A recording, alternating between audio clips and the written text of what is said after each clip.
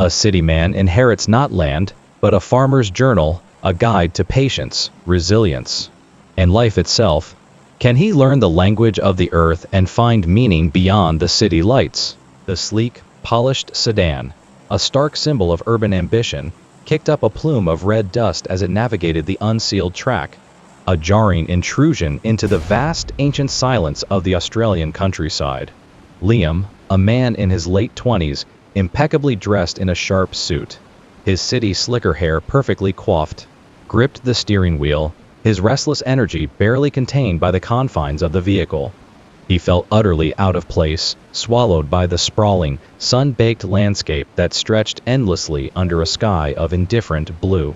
He was here for the reading of his Uncle Arthur's will, a distant relative he hadn't seen in years. A man whose life had been as rooted in this dusty earth as Liam's was in glass and steel skyscrapers. Liam harbored a quiet, almost cynical expectation, a tidy sum, perhaps a forgotten plot of land, a small inheritance to smooth the edges of his already comfortable city life. The farmhouse, when it finally appeared, was a small, weathered structure, its corrugated iron roof faded by decades of sun and rain. It exuded an air of quiet neglect, smelling faintly of dust, old books, and the dried herbs that still hung from its rafters. Inside, sunlight streamed through a grimy window, illuminating motes of dust dancing in the air, creating a hazy, dreamlike quality.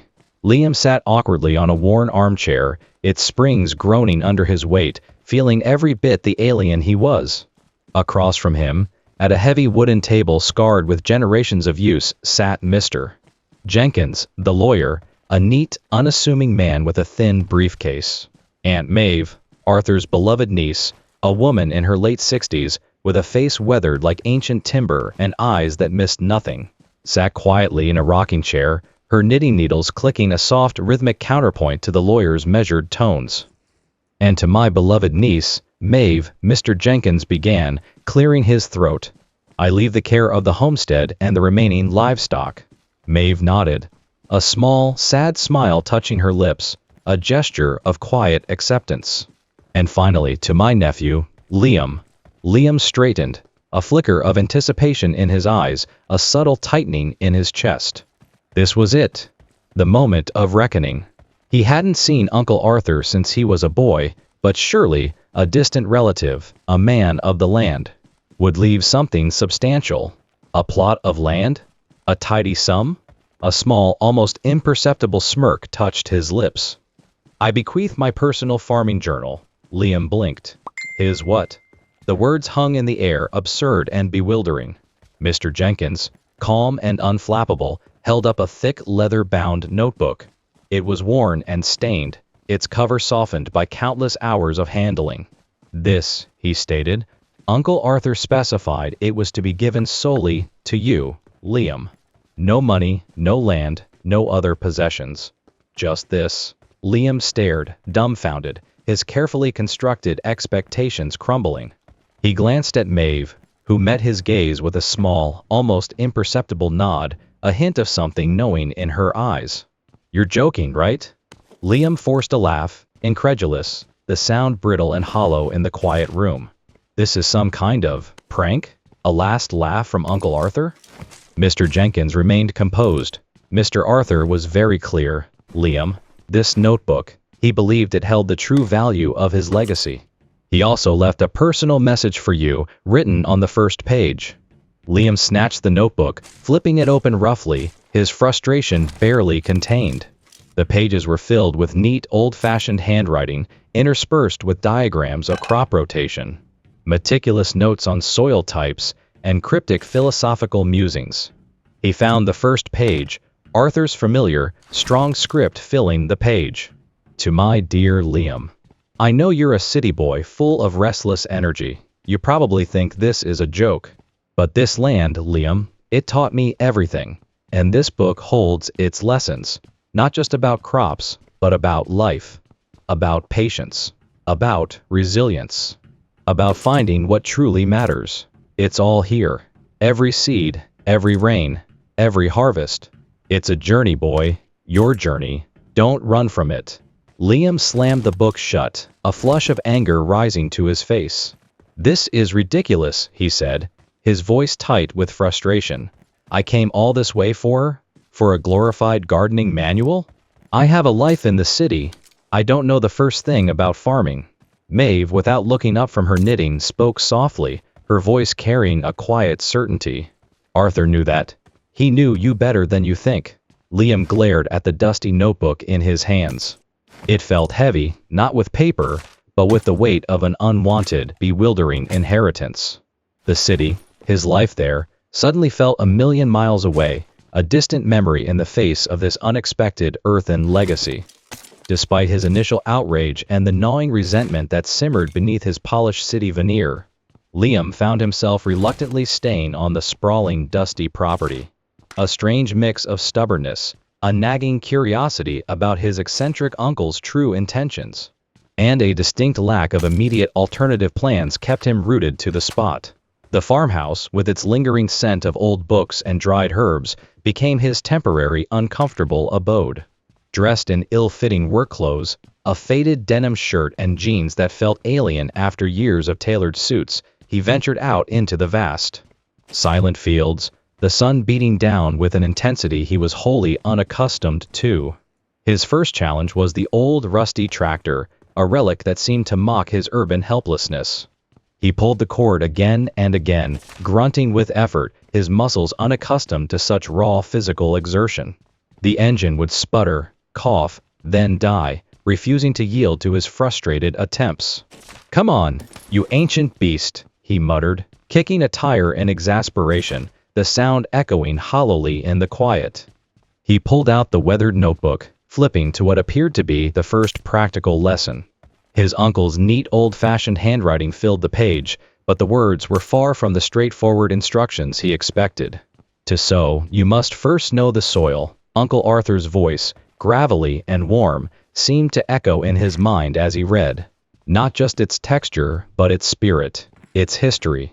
Every clod tells a story. Listen, feel, prepare the bed as you would a child's cradle. With patience, with respect. Liam rolled his eyes, a cynical scoff escaping him. Spirit? Cradle? It's dirt, Uncle. Just dirt. He grabbed a shovel, its weight surprisingly heavy in his uncalloused hands, and attempted to dig a furrow. His movements were clumsy, inefficient, more akin to hacking at the earth than coaxing it. He quickly tired, his hands blistering, and in his frustration, he accidentally dug too deep in one spot, ruining a small patch of what was supposed to be a perfectly prepared bed.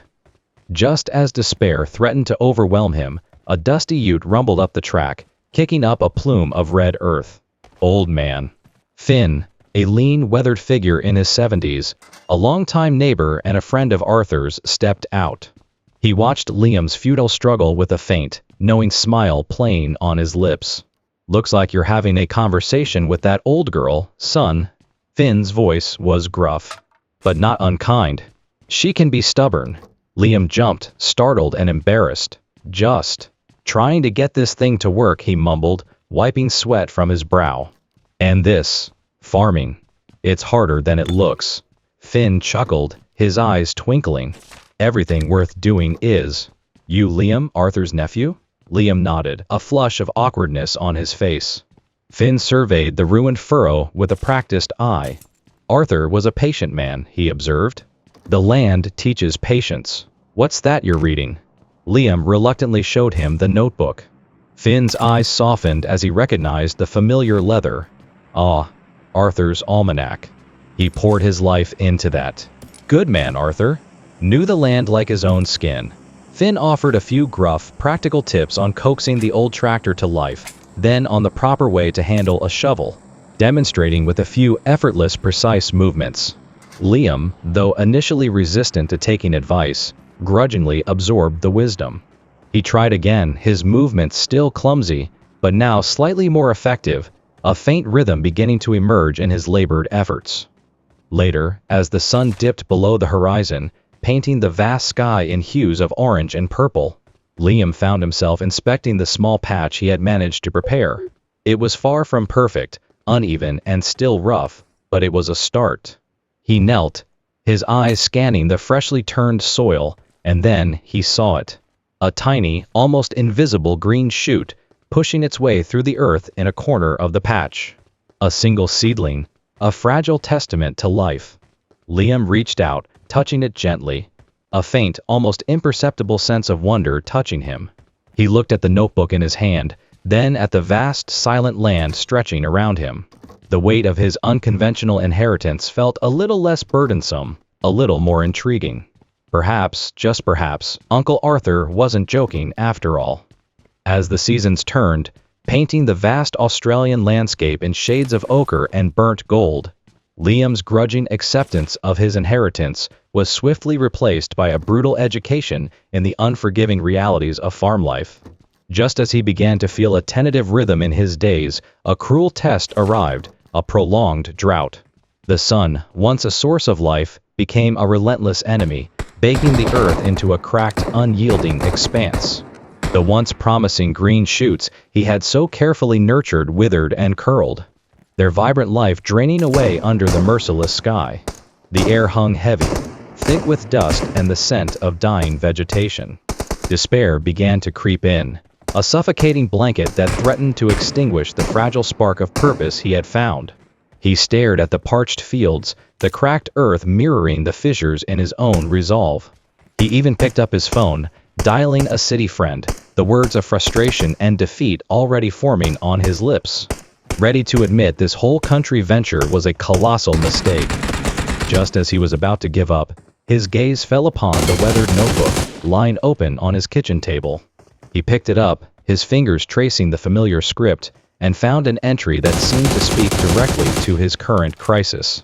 Uncle Arthur's words, imbued with a wisdom that transcended mere farming techniques, resonated with a profound, almost spiritual insight into resilience. The land does not forget, the entry read, nor does it forgive impatience.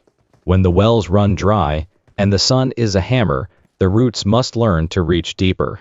Not for water, but for strength, for memory. The seed remembers the rain that came before, and the rain that will come again. Patience is not waiting, it is believing when there is nothing to believe in. Liam scoffed, initially, at the poetic language, but the sheer desperation of his situation forced him to consider it. He couldn't conjure rain, but he could change his approach. He spent days, not fighting the drought directly, but observing the land with a new intensity, reading its subtle signs. He remembered Arthur's diagrams of deep-rooted native plants, their ability to survive the harshest conditions. He began to apply the lesson, not through brute force, but through a more nuanced understanding of the soil's hidden reserves, experimenting with techniques for moisture retention that seemed almost counterintuitive to his city logic. He worked tirelessly, driven by a desperate hope, his hands caked with the dry red earth, his body aching, but his mind newly focused. The immediate relief was not dramatic, but it was there. A small patch of his most resilient crops, a variety Arthur had often mentioned, showed a faint, stubborn green refusing to completely wilt. He discovered a small, almost hidden natural depression that, when cleared, collected the scarce dew, providing just enough moisture for a few struggling plants. It was a tiny victory against the overwhelming odds, but it was enough. A profound sense of respect, almost reverence, began to grow within Liam for his uncle's seemingly cryptic advice. It wasn't just about farming, it was about enduring, about finding strength when all seemed lost. He was still struggling. The farm was still a monumental challenge, but the land, through his uncle's words, was teaching him lessons far beyond crops, lessons in resilience, in patience, and in the quiet, enduring power of belief when faced with the unforgiving vastness of the Australian countryside. The farm was no longer just an inheritance, it was a classroom, and Liam, the reluctant student, was slowly, painstakingly beginning to learn. The arrival of the first major harvest was not a gentle transition, but a brutal, exhilarating culmination of Liam's months of sweat, despair, and newfound resilience. The Australian sun, now a benevolent ally after the drought, beat down relentlessly. But this time, Liam met its intensity with a hardened resolve. The days stretched from pre-dawn light to the last vestiges of twilight, filled with the rhythmic hum of machinery, the clang of tools, and the sheer, unyielding physical labor of gathering the crops. His muscles ached in ways he had never known. His hands, once soft and city-bred, were now calloused and strong, bearing the marks of honest work. Yet, amidst the exhaustion, there was a profound sense of purpose, a deep, quiet satisfaction as he watched the golden yield pile up, a tangible reward for his unwavering efforts and the land's grudging generosity. He found himself constantly referring to Uncle Arthur's notebook, not just for practical guidance, but for the philosophical insights that now resonated with startling clarity. One particular entry, stained with what looked like old oil, spoke directly to the moment. The harvest is not merely the gathering of crops, but the gathering of oneself. It is the culmination of patience, the reward for resilience, and the stark truth of what you have sown. Look closely at your yield, boy, for it reflects not just the land's bounty, but the bounty of your own spirit. And remember, every ending is a new beginning, every full basket a promise of the next seed. Liam, leaning against a grain silo, wiping sweat from his brow, understood. He wasn't just harvesting wheat, he was harvesting truths about himself, about the journey he had reluctantly embarked upon. A subtle revelation began to surface, woven into the fabric of the harvest. He noticed how Old Man Finn, usually so stoic, would sometimes pause, his gaze lingering on a particular section of the field, a faint sadness in his eyes. And Aunt Maeve, during a rare evening meal together, spoke in hushed tones about Arthur's early years on the farm, hinting at a difficult decision he had made, a sacrifice that had shaped his solitary life. Your uncle, he gave up a lot for this land, Maeve said, her voice soft, more than most knew. He had other dreams once, a life in the city even, but he chose this. For family, in a way, though it broke some hearts. Liam felt a prickle of unease. His parents rarely spoke of Arthur, and when they did, it was with a strange, almost dismissive tone. Could this sacrifice be the source of a long-held family secret, a misunderstanding that had created the distance between Arthur and the rest of the family, including Liam's own parents? As the last of the harvest was brought in, a sense of quiet triumph settled over Liam. He had done it. He had faced the land's challenges, he had listened to his uncle's wisdom, and he had seen the fruits of his labor. He looked at his reflection in the dusty window of the farmhouse, seeing not the cynical city boy who had arrived months ago, but a man with a deeper tan, stronger hands, and a newfound quiet confidence in his eyes. The land had not just taught him how to farm, it had taught him about himself, about his own capacity for resilience, and about the profound, often unspoken, connections that bind families, even across generations and through the veil of old secrets. The harvest was complete, but the journey of self-discovery, fueled by the wisdom of the farmer's almanac, was only just beginning. Years, like the seasons themselves, flowed seamlessly into one another, transforming Liam in ways he could never have imagined on that first dusty day. The cynical city boy, once so out of place amidst the vast silent plains, was gone, replaced by a seasoned farmer whose skin was tanned by the sun, whose hands were strong and calloused, and whose eyes held the quiet, knowing gaze of someone deeply connected to the land. 5, then 7 years passed, each one bringing new lessons, new challenges, and new triumphs. The old farmhouse, once a symbol of his unwanted inheritance, was now truly his home, filled with the comfortable clutter of a life lived purposefully. His interactions with Aunt Maeve and Old Man Finn, once tinged with awkwardness and skepticism, had blossomed into a deep, unspoken bond. Maeve, her eyes now softer, watched him with a quiet pride, seeing in him the enduring spirit of her brother. Finn, his gruff exterior mellowed by shared experiences and countless cups of tea on the porch, had become a true mentor, a fount of practical wisdom and local lore. Liam moved through the farm with an intuitive ease, his movements efficient and confident, a stark contrast to his clumsy beginnings. He understood the subtle shifts in the wind, the nuanced language of the soil, the unspoken promises of the sky. He had learned not just to farm, but to listen to the land, to work with it, not against it. The old leather-bound notebook, Uncle Arthur's Almanac, was no longer a bewildering relic, but a cherished guide. Its pages worn smooth by constant handling. Its lessons, once cryptic and philosophical, were now internalized, woven into the very fabric of his being. He had expanded upon them, adding his own observations, his own notes on new crop varieties, on battling unexpected blights, on the quiet joys of a perfect sunrise over his fields. It was a living document, a testament to his uncle's enduring wisdom and his own journey of growth. He had found himself, not in the pursuit of wealth or status, but in the quiet resilience of rural life, in the profound connection to the earth, and in the deep roots he had finally planted in this ancient land. One crisp autumn afternoon, as the sun cast long shadows across the fields, Liam stood by the fence, watching a young, struggling farmer, new to the area, attempting to repair a broken irrigation pipe. The young man's frustration was palpable, a familiar echo of Liam's own past. Liam walked over, the notebook tucked under his arm. "Having a bit of trouble there, mate?" he asked, his voice calm and steady. He offered a few simple, practical tips, then, almost instinctively, he opened the notebook to a page filled with Arthur's neat script. "My uncle used to say," Liam began, a faint smile touching his lips, "that the land teaches patience, but it also teaches ingenuity. Sometimes, the best way to fix a pipe isn't with brute force, but with a bit of quiet observation, and a willingness to learn from the old ways." The young farmer listened, his frustration slowly giving way to a flicker of understanding. Liam watched him, a sense of profound peace settling over him. The farm thrived, a testament to the cycles of nature and the enduring legacy of knowledge passed from one generation to the next.